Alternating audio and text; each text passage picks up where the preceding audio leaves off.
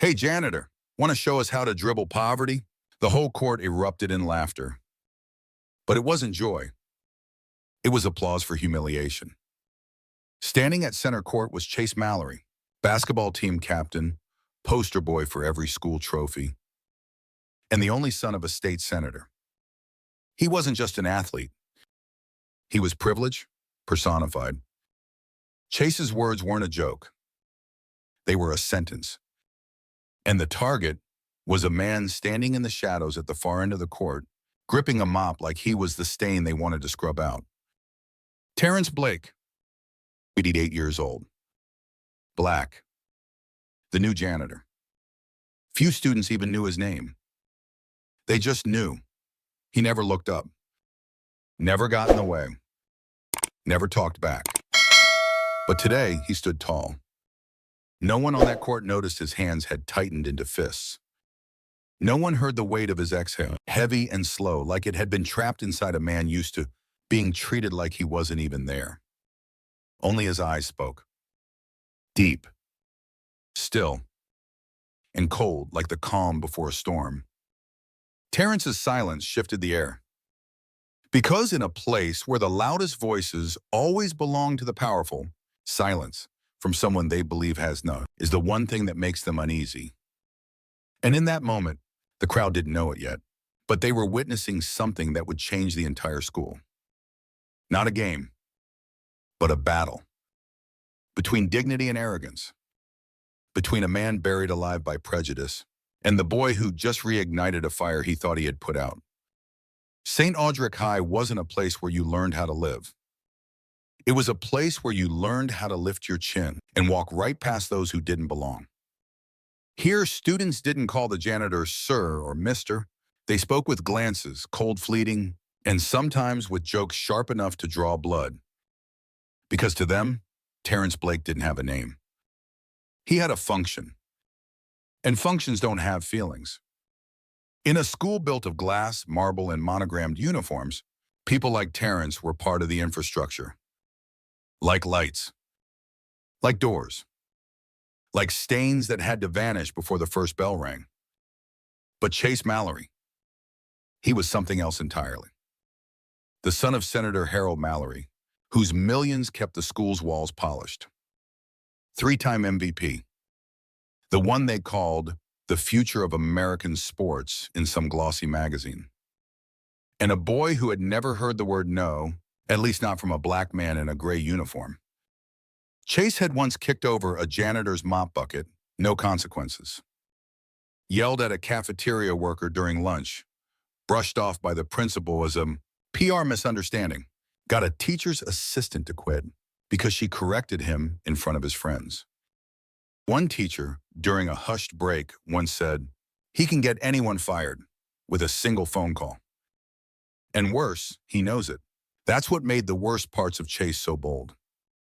Because when you grow up in a system that never punishes you, contempt becomes a habit. And violence becomes a language you never had to learn from a book. Terrence said nothing. No reaction. Not even a glance in Chase's direction.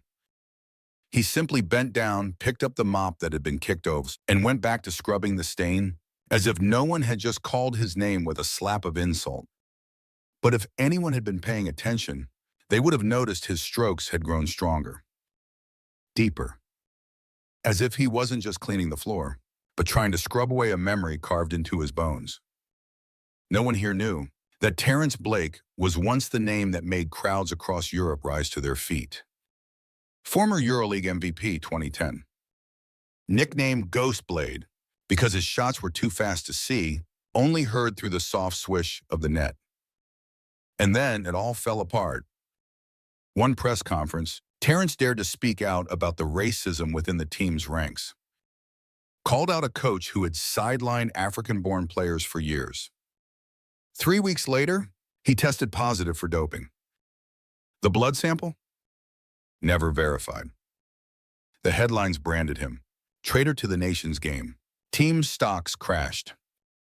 Sponsors pulled out. And to protect the league's image, he was forced into retirement quietly. Effaced. His wife, Maya, A kindergarten teacher. The woman who once held their daughter and cried tears of joy, watching him score on live TV, took her own life 3 months later. The letter she left behind had just one line. I can't bear being called the wife of a destroyer. They don't know how many lives you saved on that court. But I do. Terrence collapsed, but he didn't scream. He just walked away from the spotlight, from a world that once chanted his name, and stepped into a life where no one remembered who he was. Chase stepped closer, phone in hand, the camera still rolling. The angle was low, deliberately, framing the mop, the sweat on Terrence's face, and the pack of laughing students like this was some kind of comedy sketch. He leaned in, voice lower now, but sharper than a razor's edge. I'm posting this on TikTok. Say goodbye to your mop. One swipe, and you're right back where you belong. No shouting. No punches. Just a threat aimed at the softest spot. His job, the one thing Terrence had left after losing everything else. That afternoon in the staff meeting room, the principal, a heavy man with a Rolex and eyes that never looked up, patted Terrence on the shoulder. Mr. Blake, we know Chase can get carried away, but he's a Mallory. Some things are better left alone. Let it slide, quiet things down. Terrence nodded. Just like he nodded to the doctor who told him not to take his wife's story public. Just like he nodded to the lawyer who said retiring quietly would preserve what's left of your image. He nodded, not out of agreement, but because he'd grown used to a world where the powerless are always told to bow to what's reasonable. But inside him, something else was waking up. Not rage, not pride. A deeper fear that if he stayed silent today, Chase would do this again. To another student who couldn't fight back. To another father who might come home a little later and lose one more thing he loved. Because sometimes silence is a form of violence. And the worst kind is when you become the one who commits it, just to protect the seat you're too afraid to stand up from. Saturday morning. Spring Sports Day, the biggest event of the year at St. Audric High. The bleachers were packed with parents in tailored suits, designer sunglasses, and overpriced lattes. On the court, Chase Mallory and his teammates were warming up to blaring pop music, while the school's cameras swept across the stands, hunting for high-profile faces to post on the official Instagram. Terrence stood at the edge of the court next to a mop bucket, still in his janitor uniform. But today, there was something different about the way he stood. He wasn't hunched.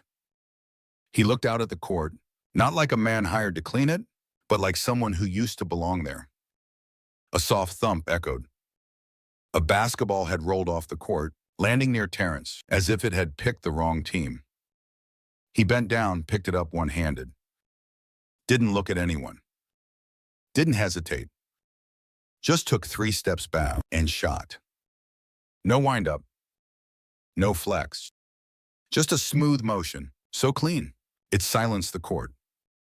The ball left his hand, gliding in a perfect arc, soft as silk against the morning sky. Swish, the net whispered. Silence. Then from the third row, a parent quietly clapped. Then another. And a few quiet woes rippled through the crowd. The reaction wasn't just about the shot. It was about the man who made it, someone who wasn't supposed to be able to do that. Chase turned, frowning. The coach bit his lip, glanced at his watch, like time had just rewound 10 years. A junior leaned toward her friend and whispered, "Wait, wasn't that the janitor? Why, did that shot look like an NBA highlight?" Every system built on prejudice starts to crack. Sometimes from just one shot, and one man who didn't need a stage to be seen. The moment Terrence's shot sliced through the net, and the bleachers were still holding their breath in stunned silence, a voice exploded like a crack of thunder, shattering the air. "Get off my court! This ain't your hood! You want to impress them, one-on-one, right now." Chase Mallory, his face flushed red, like a kid who just had his candy snatched in front of his friends. He wasn't just mad because the ball went in. He was mad because the man who threw it wasn't someone allowed to earn that kind of applause. Terrence didn't move. Then he turned, and his eyes weren't cold anymore. They were lit, not with fire to burn, but with the kind of light that comes from someone who's walked through the darkest night and come back whole. You sure you want to do this? In front of your dad's donors? The court trembled. A few parents looked up from their phones.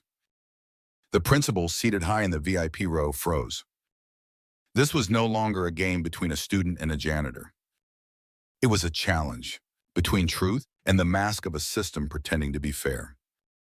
Chase scoffed, but the edge in his voice was slipping. So what? You scared you'll get fired if I break your ankles? Terrence stepped forward towards center court. Slow, steady, like a man returning to the place he once belonged. No, son, he said. I'm scared. I might finally say out loud what this school's been trying to silence for years. And in that moment, everyone in the gym understood this wasn't going to be a game about basketball. It was about dignity, about history, and about a man the world had tried to forget, now returning, not to win, but to remind them all he was never gone. Terrence stepped onto the court. No warm-up, no stretching, no quick jumps like the younger players often do to show they're ready. He just walked. One step at a time. Slow, but without hesitation. As if those legs had already carried him through things far harsher than any game. The bleachers began to stir. A janitor? A floor cleaner? Walking onto the court to challenge the school's nationally ranked captain? But then the whispers faded, because something in the way he walked made it impossible to laugh. Terrence wasn't just walking onto a basketball court. He was walking back through the broken pieces of his life. Each step, a memory pressing down on his chest. Ushmaya, his wife, curled up on the bathroom floor, next to a bottle of antidepressants she no longer believed would help. Eliana, his daughter, sitting in the backseat of a taxi, looking at him through the window, tears streaming as she whispered, "Dad, I can't take it anymore. They keep calling me the daughter of a traitor." The national team coach, smirking with gum in his mouth during that closed-door meeting years ago. "You think you're some black hero? Nah. You're just a janitor who can shoot." And now he was standing here, on the court, with the mop left behind on the sideline, and silence wrapped around him like armor. No one knew what was about to happen, but everyone could feel it. That man didn't come to play. He came to take back something they stole from him, without ever saying sorry. The whistle blew. Chase charged in like a storm, ball in hand, feet slicing through the court, his body coiled like a predator hunting beneath a roar of cheers. This was his court, his rules. A place where every shot ended in applause, automatic, unearned. And across from him, just a janitor. A nobody. But the moment Chase took his first shot, something slipped out of place. Terrence didn't jump. Didn't swat. Didn't even raise a hand. He simply stepped back, half a stride. Just enough. The ball hit the rim and bounced out. A soft ooh rippled through the stands. Chase frowned. Dribbled again. Switched direction. Tried to drive. But Terrence was already there. Not fast. Not forceful. Just in the right place. Like he didn't have to guess, because he already knew. Like he didn't need to counter, because Chase was unraveling under the weight of his own arrogance. The game continued. Second shot, miss. Spin move, off rhythm. The golden boy of the school couldn't get past the floor guy, and the crowd started murmuring. Not with mockery like before, but with widening eyes, surprise, then doubt, then something else entirely. Respect. A parent leaned over and whispered, "He's not dodging the ball. He's teaching that boy a lesson." Terrence still hadn't said a word. Hadn't taken a shot. Hadn't gone on offense. He was using the calm presence of his very existence to dismantle a system of arrogance this place had fed for years. Because sometimes not fighting back is the strongest blow you can land. Terrence stopped. Not from exhaustion, not from pressure, but because he had reached the place he was meant to stand. Center court. In the eye of hundreds, students, parents, and camera lenses now unsure whether to film for the school's highlight reel or quietly delete everything. He turned, holding the ball in both hands, not like a player ready to shoot, but like a man holding a memory that had once been twisted beyond recognition. The entire court waited. Chase stood near the sideline, gasping for breath, drenched in sweat, his eyes no longer fierce, but broken, hurt, unraveled. Terrence looked straight toward the front row, where Senator Harold Mallory sat, arms crossed, trying to keep his composure under the weight of 100 staring eyes. "This isn't just a game," Terrence said, his voice low, like a bell tolling in the ruins of a fallen cathedral. "It's a mirror. And you don't like what you see." No one laughed. No one dared. Terrence flickered his wrist, a movement smooth as breath, as if the ball wasn't thrown, but gently returned to the place it had always belonged. The arc, flawless. The shot, pure. Swish! The only sound in a crowd holding its breath. Senator Mallory squinted. His jaw tightened, as if what he couldn't bear wasn't the shot, but the truth. That the black man his son had called just a janitor had just returned not only a ball, but 12 years of silence, a wife's death, a daughter's goodbye, and the most powerful form of defiance there is, the kind that doesn't need to scream, to make everyone listen. This was no longer a basketball court. This was a mirror, and some people just aren't brave enough to face their own reflection.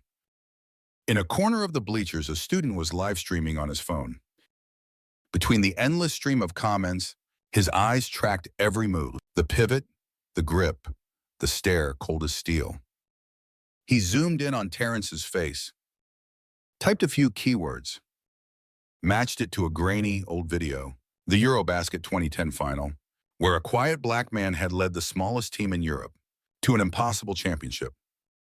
And then he gasped, loud enough for the echo to cut through the silence like a spark into leaking fuel.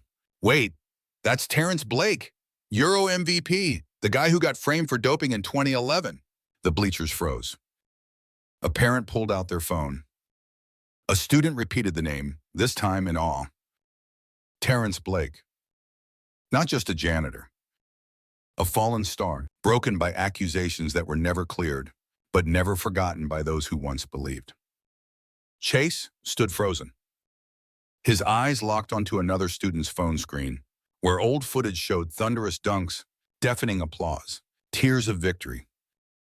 And then, the coach. The man who had stayed silent when Chase mocked Terrence. The man who looked the other way when Terrence asked for a shot at being an assistant coach. He began to cry. I used to worship you," he whispered, like someone realizing he'd lost something precious and never even noticed. "Your poster's still up in the old gym, and I never made the connection." In that moment, St. Audric didn't shatter because of a shot. It shattered because of revelation. Truth doesn't disappear. It waits, silent, until the day it returns and hits you right in the heart, forever daring to forget. The next morning, the school's daily broadcast didn't start with grades or exam schedules. It opened with two simple sentences. Chase Mallory, captain of the basketball team, has been suspended indefinitely. Severe violation of the code of conduct and discriminatory behavior. No apology from Chase. But no one needed it. The entire school had seen enough. The video from Sports Day, the mid-court shot, Terrence's quiet gaze, his words like a blade slicing through the mask of privilege, spread across TikTok, Instagram, Twitter, Reddit. Within a night, millions of views. People gave the clip a name. When silence fights back with grace. Top comment. He didn't raise his voice. He raised a mirror. In the principal's office, a decision was made, one without precedent. Terrence Blake was officially named Advisor for Ethics and Athletic Integrity at St. Audric. No more cleaning floors. No more lowering his gaze when students passed. At the same time, a group of students, including some who had once laughed at him, started a new movement. Respect starts with us. They hosted weekly talks, inviting people who'd been dismissed for their job, their skin, their background. Every week, someone stood up and shared the pain they had once kept hidden. The earthquake didn't come from a punch. It came from a man who stood tall, with dignity, in the middle of humiliation. Not because he was a legend, but because he chose not to fight with fists, but with character. The kind no suspension could ever take away. A soft golden afternoon. The wind swept gently through rows of weathered headstones, like stories waiting to be told. Terrence sat alone on the bench beside where she rested. In his hands was a small wooden trophy. The paint chipped, the hand-carved lettering slightly uneven, but honest and beautiful in its imperfection, for the coach we needed but didn't deserve. He smiled, placing the trophy on his knee. The breeze stirred his salt and pepper hair. Still, gentle, as if every storm had finally passed. "You know," he began, his voice barely louder than a whisper to time itself. "I didn't win because of basketball. Not because of a clean shot. Not because I silenced anyone. I won because someone finally listened. Listened to the years he'd been suffocated in locker rooms. Listened to the woman who once held their daughter and cried through the night over a lie in a headline. Listened to the dignity buried beneath a mop, but never lost. Somewhere beneath the earth, maybe the woman he loved heard him." Terrence rose, brushed the dust off the trophy. He didn't take it with him. He placed it beside the headstone as an apology and as an offering. A quiet declaration. "They see us now, baby, finally." He walked away from the graveyard. Silent steps, but head held high. Behind him, the gravestone and the little trophy shimmered in the late sun. Because sometimes, victory isn't about standing on a podium. It's about making the world, even just once, sit down and listen to the pain you've carried your whole life.